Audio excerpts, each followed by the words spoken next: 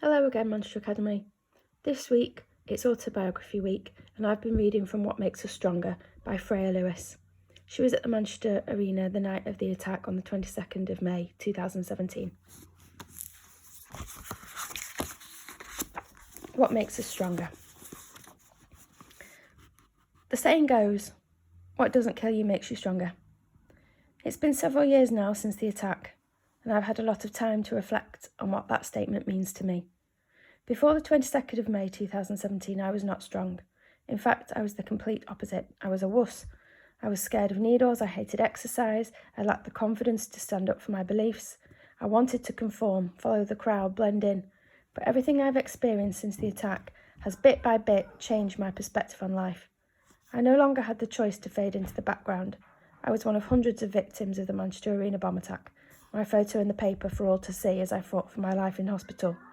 I could either give up and allow myself to be consumed by fear and anger, or see it as a second chance in life, to grab hold of every opportunity that came my way, to understand how lucky I was, how lucky we as a family were that I survived when others didn't.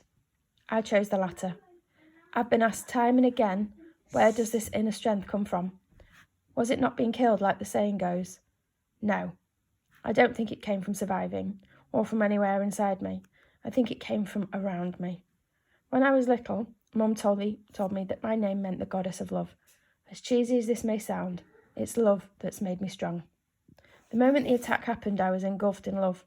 From the strangers who helped save my life and subsequently became my close friends, from the people of Manchester who all pulled together when the city was at its lowest ebb, from the royals, politicians and stars of screen and stage who took time to show that they cared, from my community in Holmes Chapel who rallied around us, from the hundreds of donations and messages from around the world, from my friends who showered me in support, from the kind gestures from Nell's parents even though they were nursing their own heartbreak, and from my devoted family who never left my side. People make us stronger. Community, kindness, love. My memories of Nell are so closely linked to these sentiments. I'll never forget our final moments as she linked her arm in mine, her face full of so much joy, as she said, "I love you." She was the happiest I'd ever seen her, and I'm honoured that I was able to share that moment with her. There isn't a day that goes by when I don't miss her immensely, and I don't think about how different life would be if she was still by my side supporting me. I will, however, take her ridiculous sense of humour and resilience with me everywhere I go in life, and I'll keep continuing to learn to accept what has happened to me and to not let it define me, but instead shape the way I live. I value life a lot more now, the small things. I'll get happy over a cup of tea or a pair of shoes. I still remember that moment in the burns unit when I saw the brilliant blue of the sky for the first time, looking at it as if it were the eighth wonder of the world. I'm not taking things for granted anymore. Before the attack, I'd grown out of telling my parents how much I love them. Now I hug them at least 5 times a day. I hold my friends close, a legacy to Nell. But though I've become confident and content in so many ways, I'd be lying if I didn't admit that the one area I still struggle with is my scars. Unfortunately, there was not a place on my body that wasn't affected by the attack. In this day and age, social media is the main focus in a teenager's life, and even though I hold so many things to be more important now, it's something I can't escape from. Before the attack, I felt incredibly self-conscious about being in my own skin, and I do believe that was partially down to the fact that I felt pressured to look, act and dress in a certain way. So already being an incredibly self-conscious teenager, I didn't know how to cope with all the scars that I'd accumulated all over my body. When I looked at myself in the mirror, I almost couldn't recognise myself as my mind was overwhelmed with insecurities. In all honesty, these feelings of embarrassment and shame are things that still occur on a day-to-day basis, and I still feel the need to cover up all of my scars as much as possible. Luckily, I have the most amazing and supportive family and friends who encourage me to embrace my appearance and to care less about what others think. I have a whiteboard in my room and Mum writes me little notes of positivity every day. "You're amazing. You inspire me every day. You're a fighter." That's what Mum calls me, her little fighter. I was born 7 weeks prematurely, and Mum always says that I came into the world fighting and haven't stopped. "I feel so proud of you," she tells me. "If you hadn't coped with things the way you had, then we wouldn't be here now."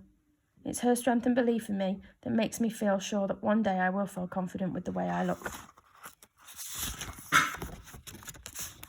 I still have days where I feel like I'm under a rain cloud. Some days the grief hits me so hard I feel like I'll topple over. And that's okay. It's okay to be sad and to talk about it when we feel that way. But when it's time to pick myself up I think of Nell saying, "Get on with it, Freya Lewis," and I dry my tears and put on a smile. There were moments on the 22nd of May 2017 when I thought I was going to die. In those moments I thought of all the things that filled me with happiness and love. To have any sort of future feels like such a luxury, but I know I have to strive for it to be filled with more of those things. They are what's important in life. I dream that I'll be an actress and a mother with a nice fluffy dog and my precious family close by. I dream of a life filled with music, doing the things that make me happy. I wish it hadn't taken the attack to make this all so clear to me. What we lost that night we can never get back. It took one man to rip so many lives in two, but it also created ripples of a community that stretched all over our planet, and for a time it felt like Manchester was the epicentre of one wonderful connected world. We don't have to experience terrorist attacks to learn how to live this way, and if I could ask you to take anything from this book, it's that you choose to embrace the power of community and connection, which bring with them so much strength and which have given me so much to live for. That list of people who helped me after the attack and who made me stronger now includes you, reader, for letting me tell you my story. I'm so grateful.